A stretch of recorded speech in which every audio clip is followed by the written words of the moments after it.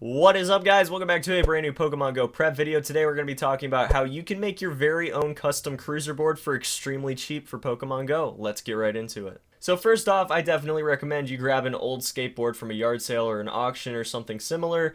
Obviously, you can get them for a couple bucks or even $1 if you're lucky. I got mine for $1 from a yard sale, but you can also grab a deck of a Walmart skateboard and use that as well. So if you don't have any yard sales or auctions in your area that you can get a super cheap skateboard from, definitely check out Walmart for just a really cheap deck. So if you do end up going with a Walmart board, I also recommend you check out some different truck and wheel options. Obviously, you're going to want something that's on a penny board or similar to a penny board, so look for longboard wheels and sort of smaller trucks that are a little bit thinner than usual. You can also pick up some stain for your wood if you want it to have a darker look to it or a certain look to it. That's not something that I was really interested in, but you can definitely do that as well. Finally, while you're out picking that up, I also recommend you pick up some spray paint or a paint pen if you plan on customizing your board, and finally a sealant so you can seal your board and it stays nice even if it gets wet. Just to keep you guys up to date on the cost of the board at this point in time, I spent a couple bucks on the paint pen, so you can write down $2.50 for that,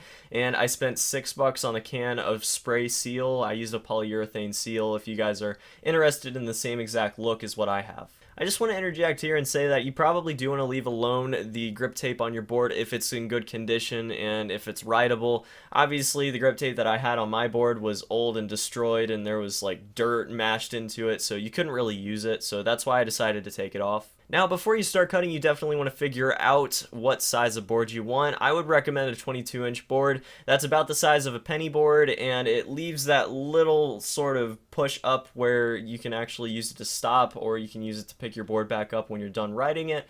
It's very, very useful to have that little bit that's curved up on the end on one side. So I definitely recommend 22 by 6, but you could go with different lengths and different sizes if you want. You obviously want to make a consistent cut, so definitely mark this on top of the board somehow. Obviously, you can see here that I used some sandpaper and then used a ruler to figure out the exact measurements for each side. So obviously, before you cut it, you do need to take your trucks off. Now, I wouldn't have said that, but I definitely could see a situation where someone takes a saw through one of their wheels, and that would kind of suck. So just want to reiterate here, you do want to take your trucks off before you decide to cut your board down. You can use a jigsaw or really any other type of saw, but jigsaw does work best to cut out the inner shape of your new board. After you're finished cutting, use some sandpaper to sand down the rough edges where you just cut the board. After you're finished sanding down the rough edges, you want to be using a power sander or just some normal sandpaper if you don't have access to a power sander, with increasing grit to sand down both sides of the deck.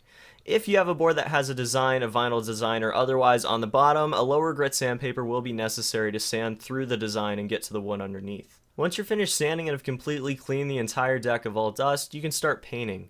Once you're finished with your painting, you have to allow it to dry for about 24 hours before you seal it with your chosen sealer. And that's really it, guys. All you have to do from then on out is just reattach the trucks and the wheels and you're good to go. The cruiser board is a method of transportation that is easily able to be shoved into a backpack or carried with you wherever you need to go. It's extremely useful in the city or on sidewalks when playing a game like Pokemon Go, which is the reason I decided to make this video. Oh, and if you tally up the total cost of the board, it's less than $20. It would have been less than $10, but I messed up and bought too many paint pens and a can of paint I didn't necessarily need. You can also upgrade the wheels, bearings, and trucks if your board doesn't roll well. I'm looking to replace my wheels very soon to something more like what you'd expect on a longboard. Thanks for watching, and I hope to see you back here for the next video. Till the next one, peace.